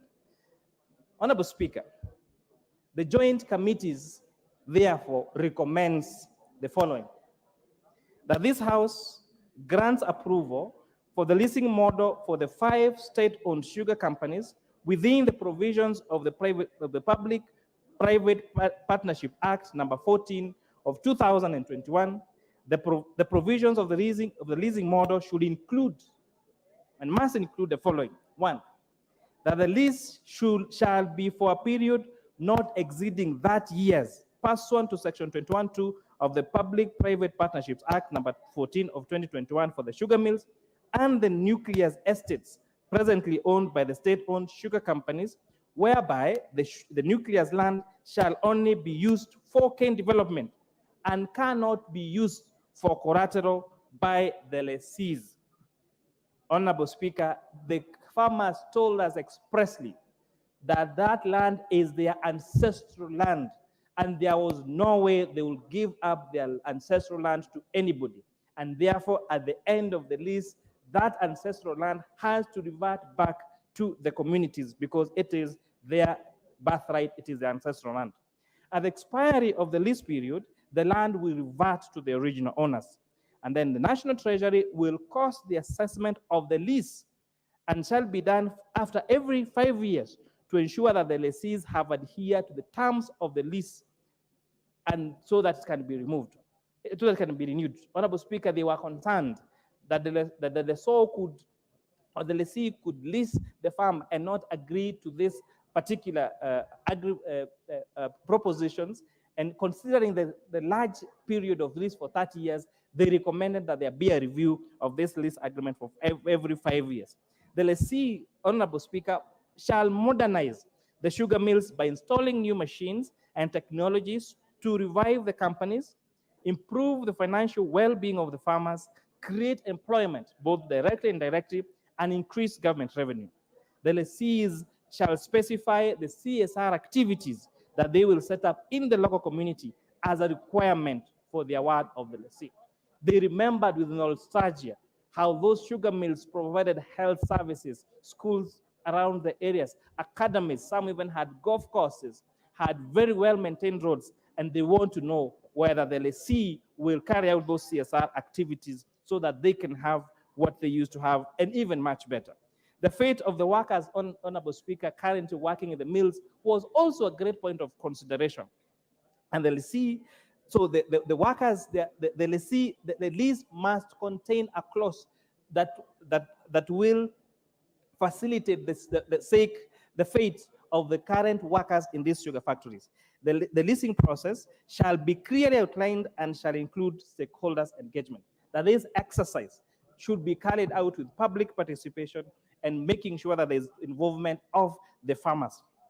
Honorable Speaker, this joint committee also recommends that this House vacates the privatization model that was approved by the National Assembly in 2015.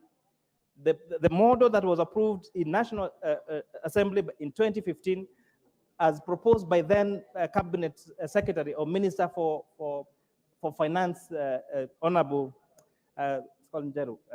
now be vacated so that we adopt this new model. That this House, Honorable Speaker, approves the Cabinet's decision to write off the total taxes amounting to 16 billion shillings, 378,998,407, comprising 9,926,209,019 shillings of principal tax and 231,917,718 as interest, and Kenya shillings 6,221,571,670 as penalties owed by the 5 state-owned sugar companies. Honorable Speaker, that this House approves the Cabinet's decision to write off loans that are owed to the GOK to the sugar companies through the Kenya Sugar Board and the Commodities Fund, amounting to a total of 65 billion shillings, 778,448,646.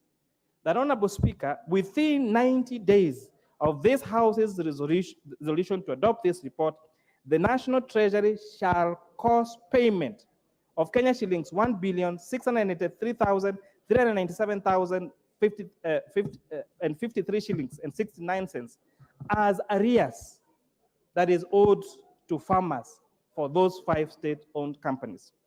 That number 6, Honorable Speaker, that within 90 days of the House resolution to adopt this report, the National Treasury shall cause payment of Kenya shillings 5,234,464 and 33 5,234,465,033 shillings as salary arrears and other emoluments for the 5 state-owned sugar companies. Number 7, Honorable Speaker, that the House rejects the proposed merger of Chemelil Sugar Company and Mohoroni Sugar Company, and that of the two and that those 2 companies should be leased separately. Honorable Speaker, that the House approves the introduction of the 5 cane catchment areas I had said earlier. But most importantly, where cane supply contracts are signed, that this House approves those 5 catchment areas apart from where cane supply contracts have been signed between the farmer and the miller. The question here is, we want to make sure that cane is available to the millers, but at the same time, protect also those millers that will have cane contracts with the farmers, so that we do not have a situation whereby we are forcing farmers to sell their cane where they do not need to sell them, Honorable Speaker. and that the cane supply contract should include the timelines, the cane pricing formula that is developed, and that cane pricing formula would be developed by the Sugar Research and Training Institute and approved by the Sugar Pricing Committee. Honorable Speaker, the farmers were worried that they were not getting the correct price for their sugar, what in other areas we're calling guaranteed minimum price. And therefore, that leasing contract, that cane development contract would include the price of cane. And the price of cane will be proposed by the Sugar Research Training Institute, because they are the institute that have done enough research to know how much it costs to develop the cane, Honorable Speaker. And that the National Treasury and the Ministry of Agriculture and Livestock this livestock development should conduct an audit of the debt portfolio of the outgrower companies, including Mumias Grower Companies Limited, Zoya Outgrowers Company Limited, and establish whether they are solvent and can be utilized for cane development, and within 60 days, to present a report to this House. And also, Honorable Speaker, I would like to congratulate Salasia, Honorable Salasia. He was very particular in support of Mumias Outgrowers Association in articulating the plight of his farmers. That within 90 days, Honorable Speaker, the adoption of this report, that the National Treasury shall cause allocation of Kenya shilling 600 million to the Sugar Research Institute for multiplication and popularization of 27 sugarcane varieties that are already generated through research. Number 11, Honorable Speaker, that within 60 days of the adoption of this report, the Ministry of Agriculture and Livestock that will put in place regulations to protect the recommendation of this report. The regulations shall be submitted to the National Assembly within 60 days of the adoption of this report for consideration as provided in the statutory.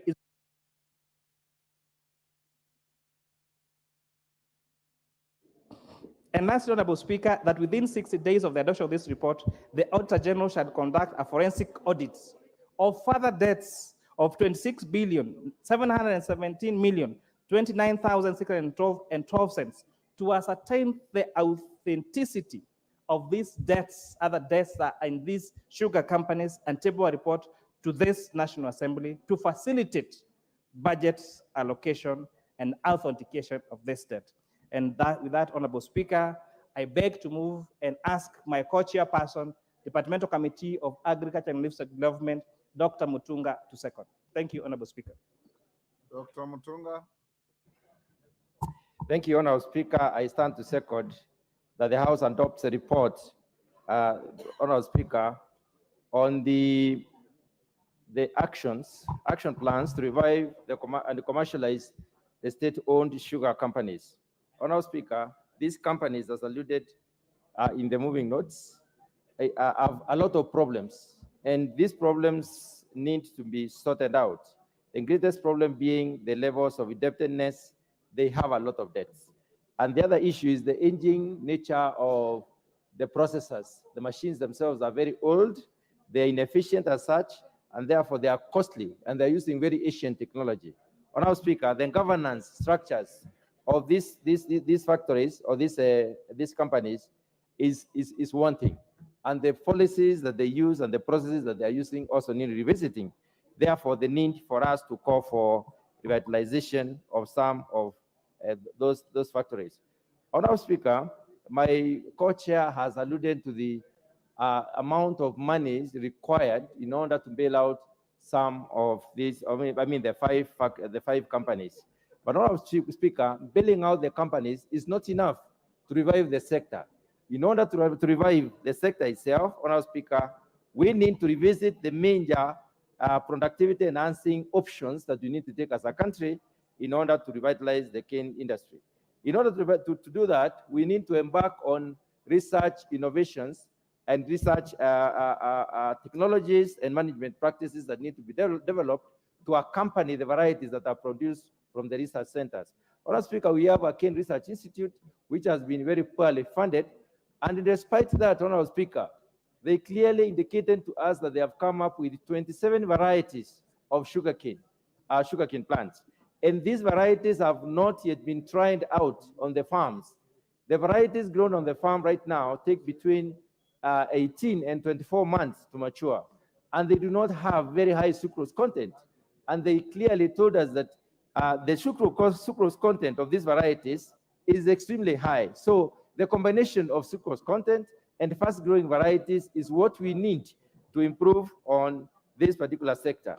Madam Speaker, we need to support the Research Institute to be able to do this work, to move out the varieties that they have. The other issue that needs to be taken care of, Madam Speaker, is the issue of soil health. Where cane is growing needs to be studied thoroughly, and therefore we need to also do what is called varietal specificity or varietal matching with the soils of the different areas. Indeed, some of these varieties that are produced, especially for the coastal region, have been realized to be able to mature within 6 to 9 months. If you can have a cane variety that is maturing in 6 months, it therefore means that, especially under enhanced production where we shall use irrigation, it is possible for us to produce 2 crops in a year. If we can produce 2 crops in a year, and we are doing 692, sometimes 1,000 metric tons of sugar, we shall be able to exceed our national demand for sugar, which is 1.1 million metric tons, and even be able to export some sugar. The other issue, Honorable Speaker, that needs to be looked into is provision of sufficient water. It is time we considered sugarcane under irrigation. And this is happening in the coastal region where we have sugar production, and the investors in the coastal region have clearly shown the possibility of harnessing water, especially the surface runoff and stream water, to be able to dam it and use it for downstream irrigation. And this can help a great deal in production of the sugarcane. Honorable Speaker, we met many stakeholders, and I do not need to go to the details of what we agreed with the stakeholders, but I would like to highlight about 2 or 3 points that came out of the stakeholder consultation. One of them is the fact that the withdrawal of the sugar development levy was a major issue or a major drawback that has affected the cane production industry. The cane industry needs, the cane development needs to be supported. Not only cane development, research needs to be supported. The actual application of these varieties, multiplication of these varieties across the country needs to be supported, and also the distribution of the same needs to be supported. So technologies must move from the research station, and they must be applied on the farm for us to have the varieties that we need. And since we have so many of them, therefore it is important for us to put in money. So reinstatement of the levy is important. And I wish to report to the House that we have a bill that's upcoming, and possibly this evening, that is going to the committee of the whole House, and that bill specifically reintroduces the levy that will be used to enhance the sugar industry. The other issue that came out, on our Speaker, is that outgrower institutions are key in the production of the cane. Several outgrower institutions did consult us, and they came out very strongly in terms of the role that they play to bring the farmers together, to pass the knowledge and technologies to them, and to enhance production and productivity. And therefore, we needed to have that consideration, especially when it comes to supporting the outgrower institutions. I pose to basically analyze how the outgrower institutions cannot survive in this country. Honorable Speaker, the only source of income for outgrower institutions is membership fee. Membership fee for a farmer is normally very little, like 100 shillings per farmer. Despite the number of farmers you enlist, Honorable Speaker, it is not possible for these institutions to support themselves by mere use of the membership fee, and therefore it is important for us to consider supporting the outgrower institutions so that they can support the production and productivity that is needed in order to support this particular sector. Honorable Speaker, the issue of zoning came up, supported by a few and opposed by others. As the joint committee, we want to make a decision on this particular issue. And we stuck to the cane supply contract, and we decided that the penalties must be made punitive for those who enter into cane supply contract, because the cane supply contract will allow millers to engage farmers at very close reach. They will allow the millers to look for money, especially for money set aside, especially in the cane, the sugar development levy that is set aside for cane development. They can access that money or guarantee farmers to access that money, and this money can be used to improve on the cane development, which will improve the production and productivity. In that particular arrangement, the miller who supports the farmers or the cane growers to improve on the production and productivity should be allowed to harvest their cane. And Honorable Speaker, with those few remarks, I beg to second. Thank you, Honorable Mutunga. Honorable members, I now propose the question, which is that this House adopts the joint report of the Departmental Committee on Finance and National Planning and the Departmental Committee on Agriculture and Livestock on its consideration of the memorandum by the National Treasury and Economic Planning on action plans to revive and commercialize state-owned sugar companies laid on the table of the House on Thursday, 14 September 2023. Justice Kemei.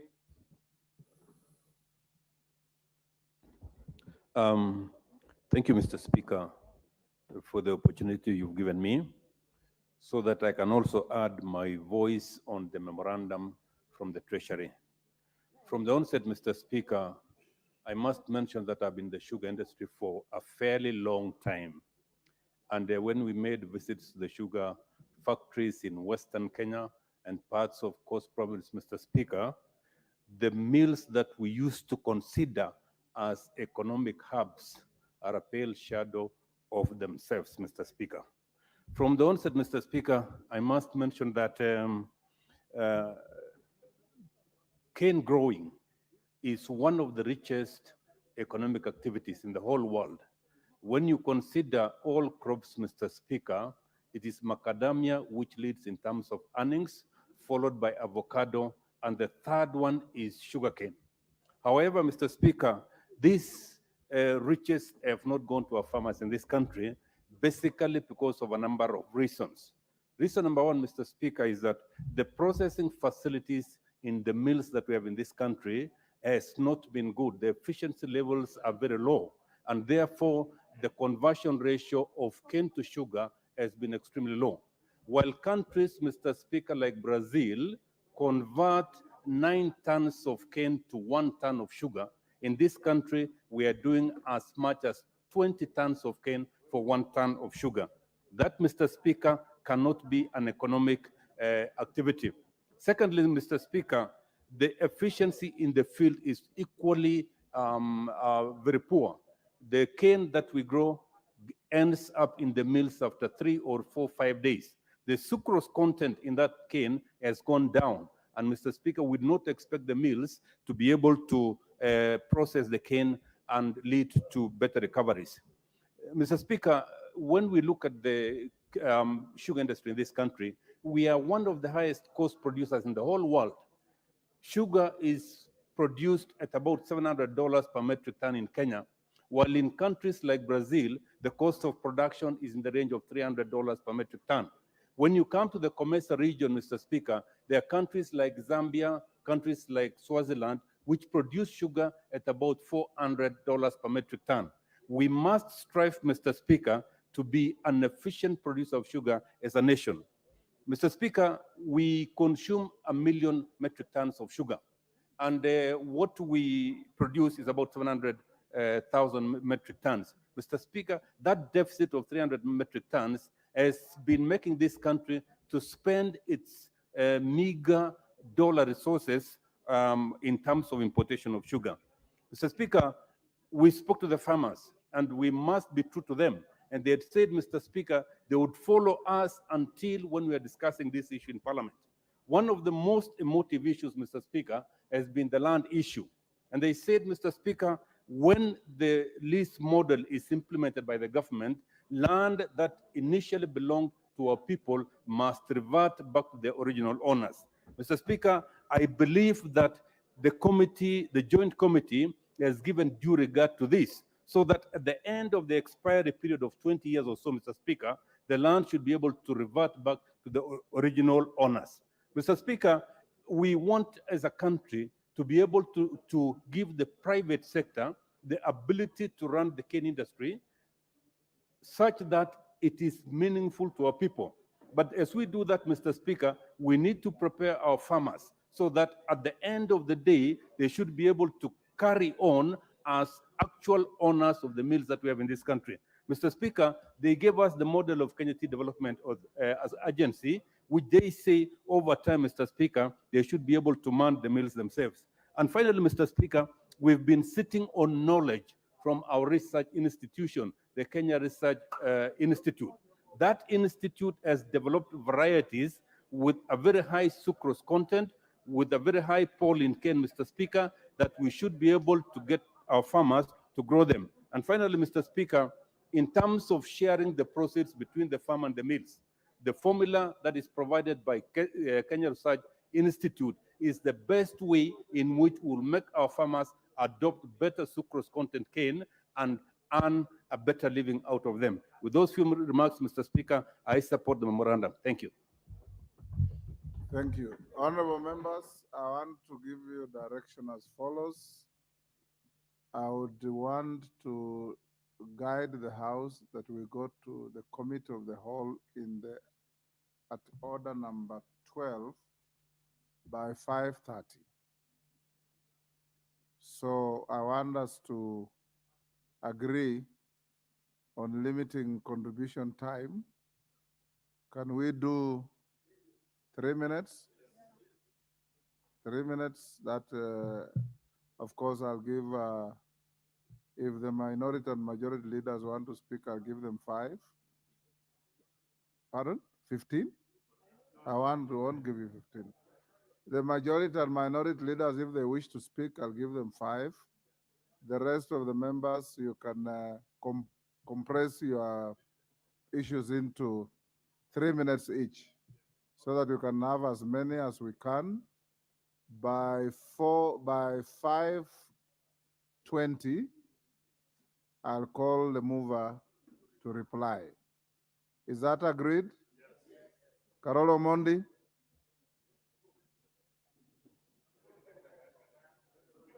Thank you very much, Honorable Speaker. I rise to Honorable support- members, if you make your points, my professor used to tell me, if you can't make your point in the first 2 minutes, you are unlikely to make any point in 1 hour. I agree absolutely, Honorable Speaker. I rise to support the report, but I would like to draw the attention of the chair and the other members, as well as the House, about Miwani land, the 10,000 acres of Miwani land, Miwani sugar. I think there's been a lot of problems over that land. Somebody claims to have bought it in an auction on December 27th, 2007, just the eve of the elections of that year, claims to have bought it in an auction that never took place. He has never produced any evidence that he paid for the land. His claims over that land were dismissed by the High Court of Kenya and the Court of Appeal before the Supreme Court was established, reverting that land to the community of Miwani. I would like to propose that this report includes a paragraph on that land, inviting the Auditor General to do a forensic report, audit of the ownership of that land, and submit to this House a report on the status of ownership of that land, so that we can protect the community around that land. I'm very sure that Honorable Koyo and Honorable Nabina Buera are very well versed, and Mr. Speaker, I'm sure they could add something to this. Thank you very much, Honorable Speaker. Thank you. Honorable DK.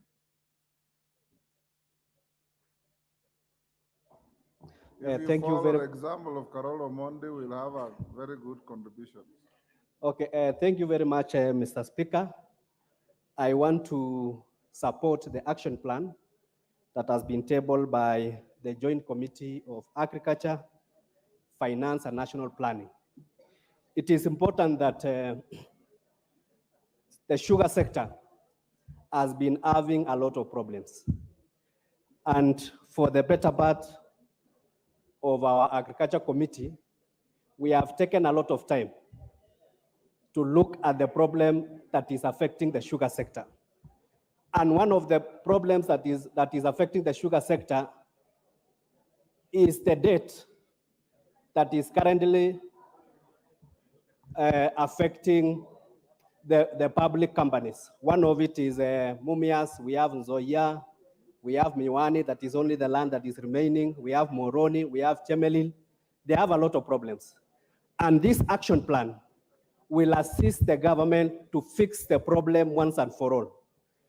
When we were doing the stakeholder engagement recently in Kisumu, the important fact that came out is that sugarcane farmers don't want their companies to be privatized, but they are of the view that they can be leased to strategic partners in a duration that is not 99 years. They actually said that they can only be leased for about 20 years. And in that lease, it should come out very clearly that one of it is that the strategic partner should use the company and the nuclear farms for sugarcane production. At no time